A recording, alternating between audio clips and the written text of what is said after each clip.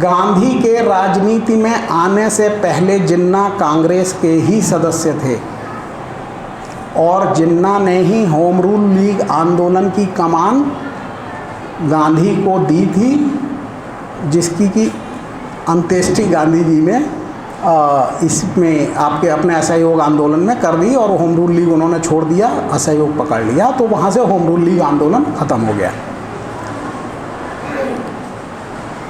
इसी के चलते हुए गांधी और जिन्ना में व्यक्तिगत प्रतिद्वंद्विता पैदा हो गई थी। होम रूल लीग आंदोलन में जिन्ना काफ़ी सक्रिय थे और गांधी वाले प्रकरण के होने के बाद में वो यहाँ से निराश होकर के इंग्लैंड में बैरिस्टर बन करके अपनी प्रैक्टिस वहाँ उन्होंने शिफ्ट कर ली थी, लेकिन उससे पहले जिन्ना राष्ट्रवादी थे। मैं किसी की तारीफ़ नहीं कर रहा हूँ, किसी की बुराई नहीं कर रहा हूँ, जो सच्चाई है वो बता रहा हूँ, ठीक है ना।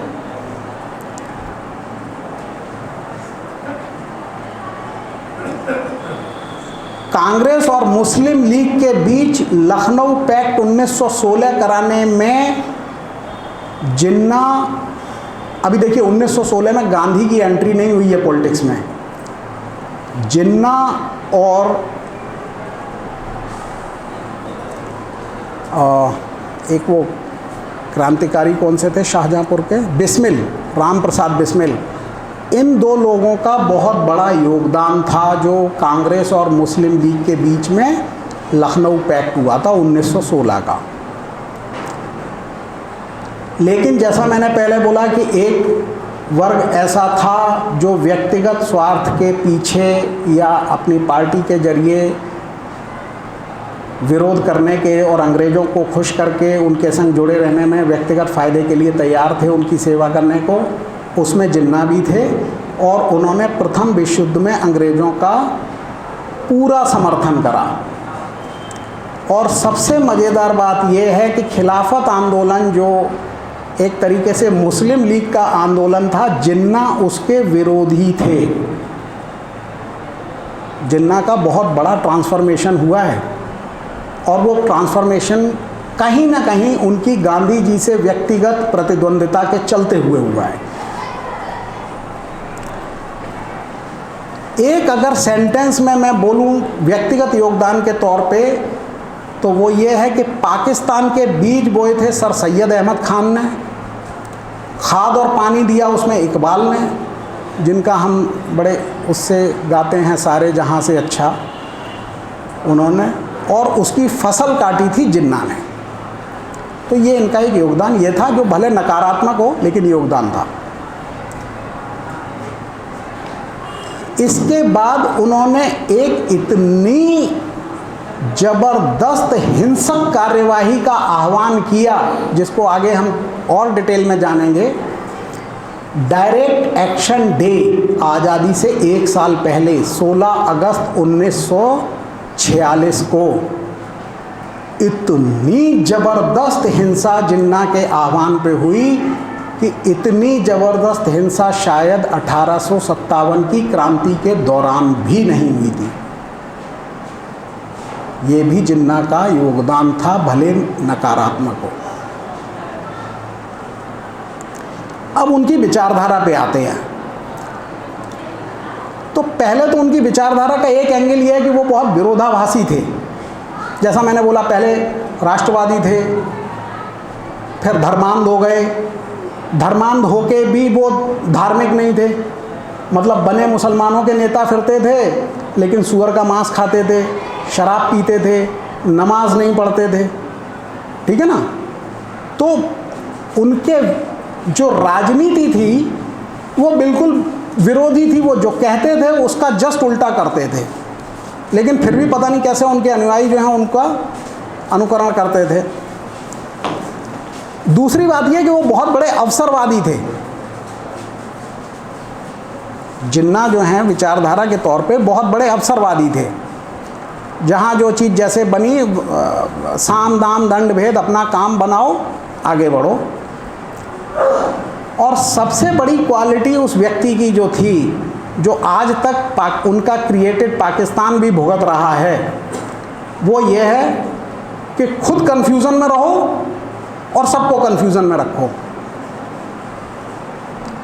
जब यहाँ से पाकिस्तान बनना तय हो गया और मुस्लिम लीग का समर्थन करने वाले जब यूपी बिहार के लोगों ने, जो भी मुस्लिम थे, वहाँ जाना चाहते थे, राजे रजवाड़े, जमींदार, नवाब, वो सब कुलीन वर्ग अधिकारी, वो पूछते थे कि हमारे लिए क्या होगा पाकिस्तान में। वो कहते थे बस आ जाओ, तुम्हें सब कुछ मिलेगा। अब वो सब कुछ में क्या होगा ये किसी को क्लैरिटी नहीं थी,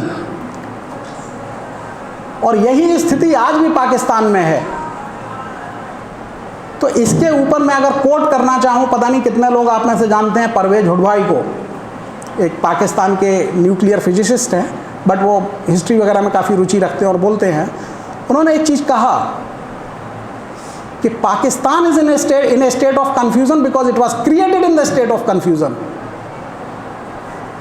पाकिस्तान बनते टाइम पे किसी को पता ही नहीं था जमींदारी का क्या होगा, पता नहीं, हमारी आर्थिक नीतियाँ क्या होंगी, पता नहीं, हमारी अर्थव्यवस्था कैसे चलेगी, पता नहीं, हमारी सैन्य पॉलिसी क्या होंगी, विदेशियों के संग संबंध क्या होंगे, पता नहीं। तुम आ जाओ, बस बन रहा है पाकिस्तान, आ जाओ, हमें वोट दे दिया, जिता दिया, अब आ जाओ। तो ये उनकी राजनीति का एक एंगल था कि कन्फ्यूजन में रहना और सबको कन्फ्यूजन में रखना। इसका नतीजा है कि उनका क्रिएटेड पाकिस्तान आज भी कन्फ्यूजन में है, और उनकी निजी जिंदगी में, मतलब इस्लाम के नाम पे राजनीति चलाने वाले और इस्लाम के नाम पे देश को विभाजित करवा देने वाले व्यक्ति के जीवन में इस्लाम के लिए कोई जगह नहीं थी। मैंने पहले आपको बताया, सूअर का मांस वो खाते थे, शराब वो पीते थे, नमाज उन्होंने कभी पढ़ी नहीं, और उसके बावजूद मज़ेदार बात यह है कि उनकी सारी राजनीति जो है वो मुस्लिम केंद्रित थी। अब विचारधारा के बाद उनकी राजनीति पे आते हैं, तो वो बहुत ही ज़्यादा, मतलब अति महत्वाकांक्षी व्यक्ति थे, निरंकुश थे। निरंकुश मतलब पार्टी में मैंने जो कह दिया वो ही वो है, ना किसी से राय, ना मशवरा, ना क्या होना है, क्या करना चाहिए, क्या नहीं करना चाहिए। इस निरंकुशता के चलते हुए ही पाकिस्तान के, ना सिर्फ उनके कारण भारत के टुकड़े हुए, बल्कि पाकिस्तान के टुकड़े भी उनके ही कारण ही हुए। कैसे? यही श्रीमान जी फरवरी 1948 में जाकर के बांग्लादेश में जहर बोआए कि भाई यहाँ की राजभाषा तो उर्दू ही होगी, जिसको बंगालियों ने स्वीकार नहीं करा। तो उर्दू के चलते हुए ही पहले भारत के टुकड़े हुए और फिर पाकिस्तान के टुकड़े हुए। तो ये जो है उनकी निरंकुशता का एक प्रमाण है। अलोकतांत्रिक थे, निरंकुश व्यक्ति कभी भी लोकतांत्रिक होता ही नहीं है, उसे किसी से चीज़ से पूछना नहीं, कुछ वर्किंग नहीं।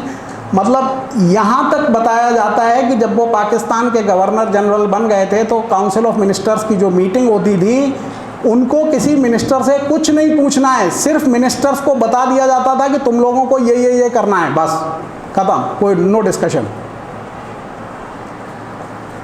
और गांधी के धुर विरोधी जो है उनकी एक जो राजनीति का मूल केंद्र था वो कांग्रेस के विरोध से ज़्यादा गांधी का विरोध था।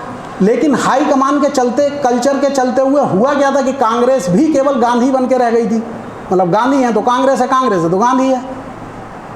तो अब ये कह पाना बड़ा मुश्किल है कि वो गांधी विरोधी थे या कांग्रेस विरोधी थे, लेकिन ज़्यादातर लोगों का ये मानना है कि वो व्यक्तिगत प्रतिद्वंदिता उनकी गांधी के प्रति थी, लेकिन गांधी खुद एक कांग्रेस हो गए थे तो वो कहीं ना कहीं कांग्रेस विरोध में कन्वर्ट हो रही थी। अंग्रेजों को उन्होंने पूरा समर्थन दिया क्योंकि उनको मालूम था कि अंग्रेज ही या तो उनको यहाँ गवर्नर जनरल बनवाएंगे या भारत का टुकड़े के विभाजन करके गवर्नर जनरल बनवाएंगे। उन्होंने गवर्नर जनरल बनना था।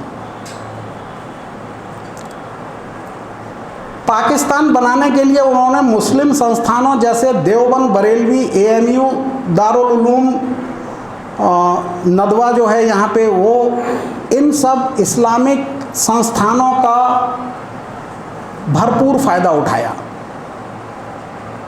इन्होंने बहुत अच्छे से इनका इस्तेमाल करा। हालांकि ये प्रवृत्तियाँ वहाँ पे सर सैयद और उन सब के प्रभाव से पहले से ही चल रही थी, लेकिन मैंने बोला ना कि बीज किसी ने बोया, खाद पानी ख्वाब को किसी और ने दिया और फसल काटी जिन्ना ने। तो वो बड़ा कुशलता से उन्होंने वो काम किया। और उनकी राजनीति में वो कोई मास लीडर नहीं थे, लेकिन मास लीडर कराने के लिए उन्होंने मुल्ले मौलवियों का बहुत इस्तेमाल करा और उसके जरिए उन्होंने जनहिंसा जरूर करा ली। वो जन नेता थे या नहीं थे, लेकिन हाँ, जनहिंसा के जिम्मेदार जरूर वो थे। अब उनकी आलोचना के ऊपर आते हैं।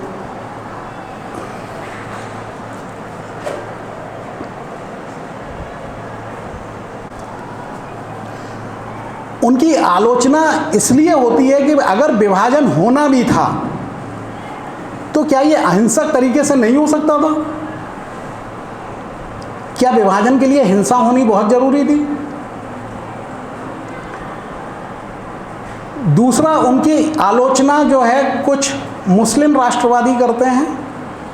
वो कहते हैं एक ऐसा व्यक्ति इस्लाम की रहनुमाई कर रहा था, नेतागिरी कर रहा था, जो खुद अपने निजी ज़िंदगी में इस्लाम का अनुयायी नहीं था। इस पे प्रोफेसर हुडबाई का मुझे वो एक याद आता है, आज़ादी के आसपास पे उन्होंने कमेंट करा है। प्रोफेसर हुडबाई, मैंने बताया ना, पाकिस्तान के एक न्यूक्लियर फिजिसिस्ट हैं। यूट्यूब पे बहुत वीडियो उनके मिल जाएंगे आपको, कि इस जंग आज़ादी की सबसे खूबसूरती ये रही कि हिंदुओं की रहनुमाई वो आदमी कर रहा था जो गाय का मांस खाता था, और मुसलमानों की रहनुमाई वो कर रहा था जो सूअर का मांस खाता था। बड़ा कड़वा है लेकिन सच है। पाकिस्तान के लिए इनके पास कोई विज़न नहीं था। हमें चाहिए, क्यों चाहिए, क्या बनेगा, इकोनॉमिक वायबिलिटी होगी नहीं होगी, उसकी डिफेंस कैसे होगी, दो टुकड़े हजारों मील से दूर हैं, वो कैसे, मतलब एक संग एडमिनिस्टर होंगे, प्रशासन कैसे चलेगा, कुछ नहीं पता है।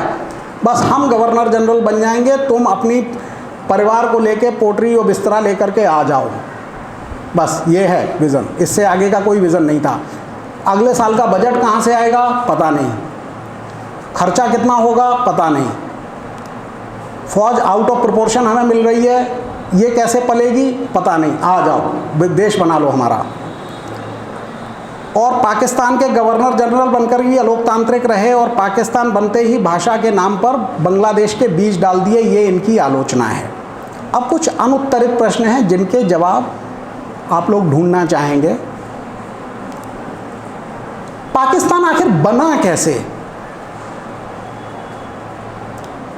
आपके यहाँ की जो भी किताबें हैं, वो अचानक आप देखोगे कि भारत छोड़ो आंदोलन के बाद वो तो कुचल दिया गया 1942 वाला भारत छोड़ो आंदोलन।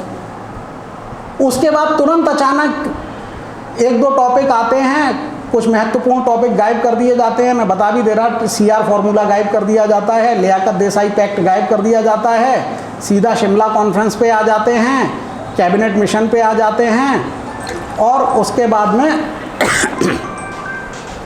सीधा सा अंतरिम सरकार पे आ जाते हैं। तो इससे आप लोगों को ये क्लैरिटी नहीं मिलती है कि ये पाकिस्तान आखिर बना कैसे, कहाँ से इसकी मंजूरी कैसे मिली, कि क्या क्या क्या मजबूरियाँ आ गई, क्या परिस्थितियाँ बनी। इसको आप लोग, इसके जवाब हैं, मैं जानता हूँ, मैंने अध्ययन करा है, मुझे पता है, लेकिन मैं चाहता हूँ कि आप लोग खुद पढ़िए, खुद समझिए, किसी की ओपिनियन से बायस मत होइए। मैंने कहा कि तथ्य तथ्य होता है, अच्छा लगे बुरा लगे, जो है। दूसरा अनुत्तरित प्रश्न है, जिन्ना को मुसलमानों ने नेता बनाया या फिर जिन्ना ने मुसलमानों को भड़काया? ये एक ऐसा इंटरेस्टिंग प्रश्न है जिसका कि जवाब मेरे ख्याल से इतिहास और समाज में हमें खुद ही ढूंढना पड़ेगा। पाकिस्तान आंदोलन के पोषक संस्थानों के विघटनकारी रवैये को आज तक नियंत्रित क्यों नहीं किया जाता है?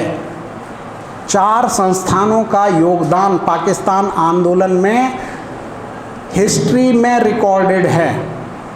आप अच्छी ऑथेंटिक बुक्स पढ़िए, उसमें साफ लिखा है कि AMU का क्या रोल था, देवबंद का एक घटक था, जमायत इस्लामी उसका क्या रोल था, बरेलवियों का क्या योगदान था, और नदवा का क्या योगदान था।